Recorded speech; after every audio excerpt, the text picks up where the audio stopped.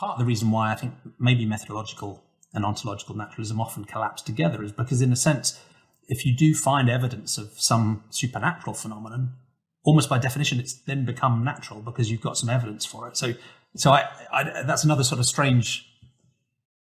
If we did come across some evidence of deity intervening in the world in some way we could detect, then I guess that deity has become in some sense, a natural phenomenon, and it's no longer really supernatural. So I don't know if it becomes a bit circular, but I don't know. I mean, I think it comes down to your idea of how concepts have their meaning, I guess. So like, I don't think there's really a great analysis of supernatural or natural, where it's like, here are the necessary and sufficient conditions of what natural means and what supernatural means. I think it just comes down to how people use the term. So like when people talk about God, that's kind of that's like the quintessential example of something supernatural. Like that's the paradigm case of something supernatural. So even if God existed and he intervened from time to time, like raising Jesus from the dead or something, then I wouldn't call him natural just because that's not how people use the term, for the same reason I wouldn't call a rock supernatural. I wouldn't call God natural. But yeah, it does just kind of fall. Like if you don't share that kind of use theory view that I have about how words get their meaning, which basically just comes from usage, like in certain like linguistic communities, then yeah, I could see how that might follow. But I do think that a more useful division that I tend to invoke for divvying up kinds of naturalism, I do like to say that naturalism is just the view that nature exhausts concrete reality or something like that. There's only the natural world, so the natural world is kind of common ground, between us and theists and pretty much everyone else. So sometimes when people say they don't know what naturalism means or naturalism doesn't make any predictions, it just seems like obviously wrong to me, because everyone knows what the natural world is, even if they can't provide a definition of it. I mean, that's how most terms actually are. Everyone knows what they mean. Everyone knows how to use them. But if you ask for like a perfect definition of them, then it's really, really hard to do. Because that's not how words came about. We didn't like write down in a dictionary and then start using them. We started using them and tried to write them down in a dictionary. Yeah, if you'll only use concepts that are perfectly defined, then good luck. Yeah, they're, as far as I'm aware, there pretty much aren't any. Even in maths you might struggle, but yeah, even like maybe you could use like triangle or something. Like you could have a couple like geometric concepts and a handful of other things, but yeah, it would be a very, very short list. And I think that, when you look at how kids acquire language, it's not like you teach kids like, okay, we're going to go through the dictionary now and we're going to run through some new words that you're going to like. That's not how they acquire language. They just acquire language by watching other people do it. So yeah, I feel like my view of how words get their meaning is more in line with how people actually acquire language and how language actually developed.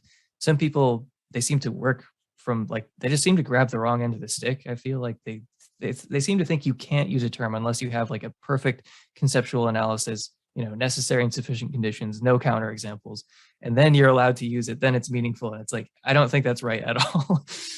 Yeah. So natural and supernatural, I think that it's kind of like that.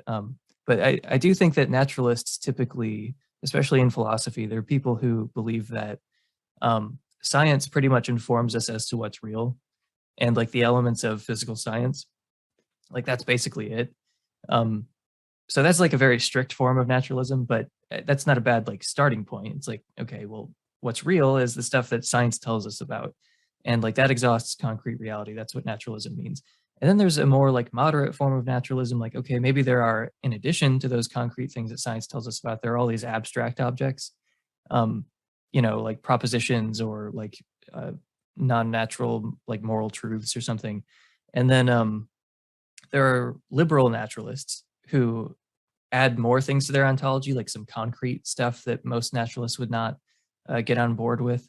But you're still not going for anything that people typically call supernatural, like gods or angels or heaven or a prayer or something like that. It's like you're still recognizably a naturalist, in part because you're still an atheist or an agnostic. In philosophy of religion, that's like a big part of what naturalism means. It's just that you're an atheist or an agnostic. Whereas outside of philosophy of religion, it seems to be more concerned with like you believe in the things that science tells us about and not really much else, at least when it comes to the concrete world. But yeah, so Felipe Leon uses this organization where you've got like naturalists, you've got moderate naturalists, and then you've got liberal naturalists. So the conservative naturalists are the ones who it's just the stuff that science tells us about that exhausts all of reality. The moderate naturalists, they believe in that as well, but they think that there are some abstracta in addition to that.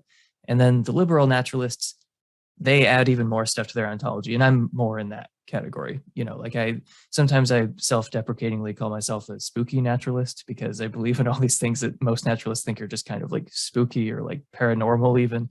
And I'm just so it started off as kind of like a joke, but now I actually kind of like the term.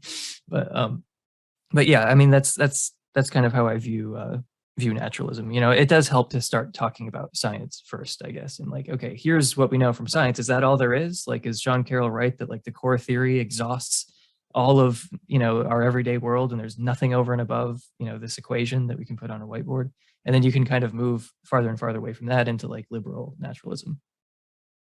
Thank you. That's been fascinating. Well, you've enriched my understanding of the different varieties of naturalism, but you've also reassured me that it's okay to keep using naturalism as one of the two tenets of sentientism, even though it's fuzzy and pluralistic. But I like that. That's one of the reasons I like it. So cool.